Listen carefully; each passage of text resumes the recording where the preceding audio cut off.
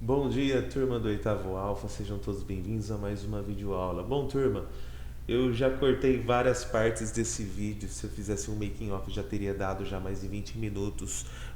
Comecei já várias vezes tossindo, eu falando tudo enrolado. Vocês pensam que é fácil? É? Fazer um vídeo não é fácil não. Até se acostumar leva um tempinho. Bom, turma, resenha crítica é um gênero super tranquilo, tá? Não tem segredos nesse gênero.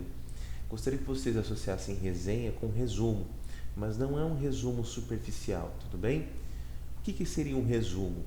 O resumo não é quando vocês pegam um texto e mantêm as informações mais importantes de um texto. Só que resenha crítica não tem apenas informações, tem também a parte opinativa, tá ok? Opinião do autor da resenha. O autor é chamado de resenhista, né?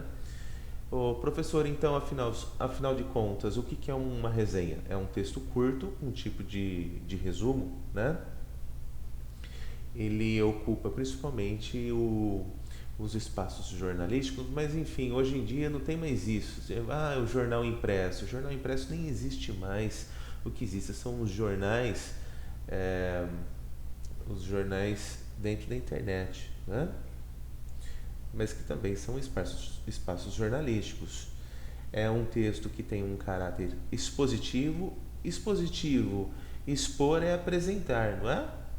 Daí que gerou a palavra expositivo, né? Então, expor apresenta informações e também é um texto argumentativo. Então, tem a opinião do autor. Beleza? Então, ele é híbrido. Que mais? Para que serve uma resenha crítica, gente? Qual que é o objetivo, a finalidade? Ele serve de guia para os consumidores de um determinado objeto, produto. Então, muitas pessoas se baseiam em resenhas críticas antes de comprar alguma coisa ou antes de consumir algum produto, né? Esse produto pode ser um show, um espetáculo de dança, uma peça de teatro, né? Pode ser um celular, pode ser um livro, pode ser um filme, né? Olha, eu vou assistir a um filme porque eu li uma resenha falando muito bem desse filme, né? Então você percebeu que você usou essa resenha como referência, né? Então eu já falei aqui sobre a intenção também da resenha, estimular ou não o consumidor a apreciar alguma coisa, tá? Aqui, quais os tipos de resenha crítica? Com poucas palavras, gente. Resenha crítica elogiosa.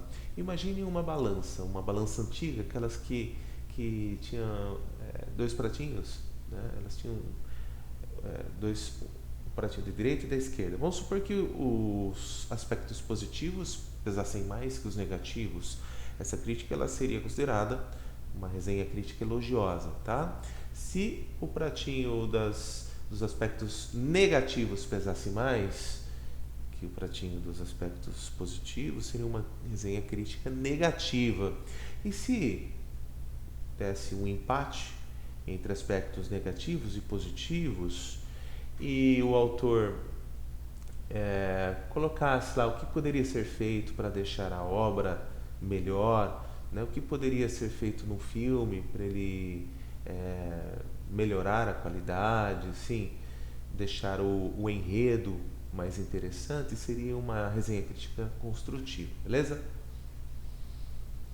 Vou fazer a leitura de uma resenha crítica agora para vocês terem uma noção como que isso funciona na prática, tá?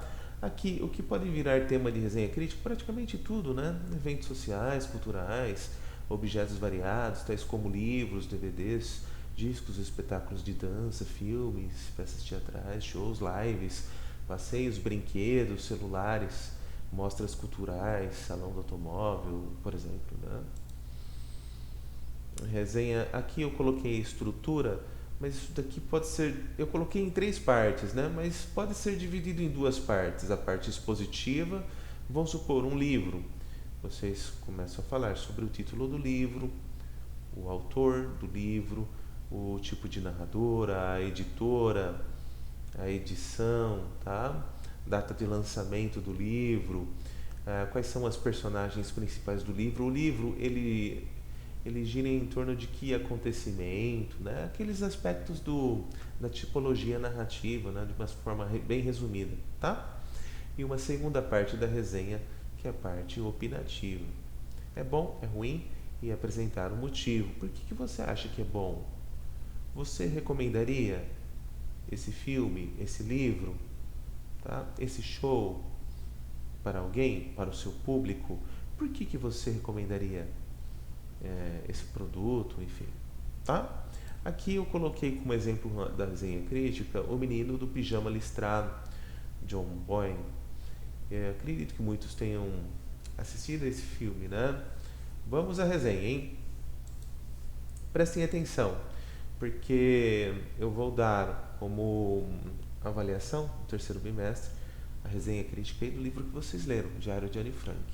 O Menino Pijama Listrado é um dos clássicos atuais mais procurados entre os leitores. Seu sucesso se dá em torno de uma história passada na Segunda Guerra Mundial, onde um menino chamado Bruno, 9 anos, se muda da capital Berlim junto à sua família para um lugar diferente do que está acostumado. Durante o tempo que passa lá, tenta entender o motivo que o faz ter que deixar para trás todos os seus amigos, sua rotina e sua bela casa. Então aqui, aspectos, a sinopse, né? Um pequeno resumo da obra, tá ok? Perceba que ele nem falou nada sobre a editora, a edição aqui, né? Ele já foi direto à sinopse. Vejam só. Segundo parágrafo, Bruno é um personagem um tanto quanto diferente para a sua idade. Bruno é curioso e inocente. Características aqui da personagem, né, no caso. Uma inocência cativante, filho de um oficial do exército alemão nazista promovido para atuar em um outro local e durante o tempo que estão lá, Bruno, ao decorrer da história, tenta decifrar e saber o porquê tiveram que se mudar e se esforça cada vez mais para adivinhar o que seu pai faz. Ainda a sinopse. John Boyne, dentro de cada capítulo do livro, dá um foco em alguma característica, ato ou lugar e usa este como o nome do próximo capítulo, explicando mais detalhadamente a relação do mesmo com a história e o motivo de ter dado aquele nome ao capítulo subsequente. Mesmo se tratando de um livro pequeno, John consegue detalhar com extrema precisão apenas os lugares que são relevantes o suficiente para que o autor consiga criar a imagem do que está acontecendo em sua cabeça com bastante facilidade. Fiquei realmente impressionado com a qualidade da escrita de John Boyne. Fiquei impressionado com a qualidade da escrita. Isso aqui é uma opinião positiva, não é mesmo? Bom, aqui também, John Boyne consegue detalhar com extrema precisão apenas os lugares que são relevantes. Isso aqui também é um aspecto positivo da obra, né? Deixa eu destacar aqui, só para... Beleza. O livro é triste e ao mesmo tempo faz com que o leitor não queira abandoná-lo.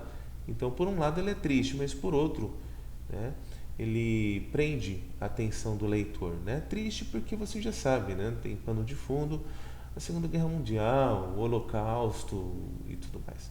Aos poucos tudo vai fazendo sentido, tanto para quem está lendo como para o personagem ao mesmo tempo, se mostrando como uma das principais características que me fizeram gostar tanto do livro e recomendar para quem me pergunte sobre ele. Vejam só, a escrita de John Boyne realmente me fascinou e pretendo buscar outros livros do autor para resenhar. Nível de recomendação 9, né? Talvez aí pelo fato da tristeza, né? Mas esperar o quê, né? De um livro que tem um pano de fundo o Holocausto, né? A amizade entre os dois garotinhos realmente é algo comovente, né? A situação em que eles se encontram, né?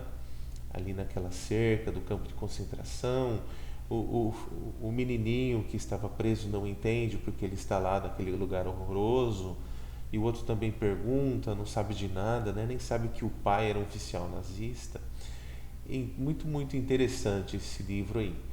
Aqui eu coloquei uma outra resenha, espero que vocês leiam, para que o vídeo não fique tão comprido, tá? Eu pretendo ficar aqui entre 10 minutos, para vocês não se entediarem, né? Eu não gosto de ficar enrolando, turma, eu gosto já de falar, praticar as características, né? E apresentar um exemplo aí para vocês entenderem na prática como que funciona esse gênero textual aí, tão comum, né, dentro das redes. Cheio de gente com canais no YouTube que apresentam resenha crítica, né? Canais literários principalmente, e canais também de amantes do cinema, né? Aqui tem uma resenha do filme Vingadores Ultimato, a resenha crítica. Eu não vou ler na íntegra, então leiam e tentam captar o sentido da resenha, né? Percebam que tem uma parte da resenha que ela é expositiva e tem uma parte que é opinativa. Então seria aí um gênero textual híbrido. Tem duas tipologias aqui dentro, beleza? Você já sabe o que é tipologia, né? Aqui eu coloquei uma ilustração e na aula que vem, a nossa live, eu faço um apanhado aqui sobre tudo que eu expliquei durante a live e também falo sobre a proposta que eu quero que vocês façam. Tá joia? Então tá, pessoal. Um grande abraço, obrigado pela atenção de vocês. Nos veremos aí na quarta-feira. Amanhã é videoaula, né? Então tá, um grande abraço, se cuidem.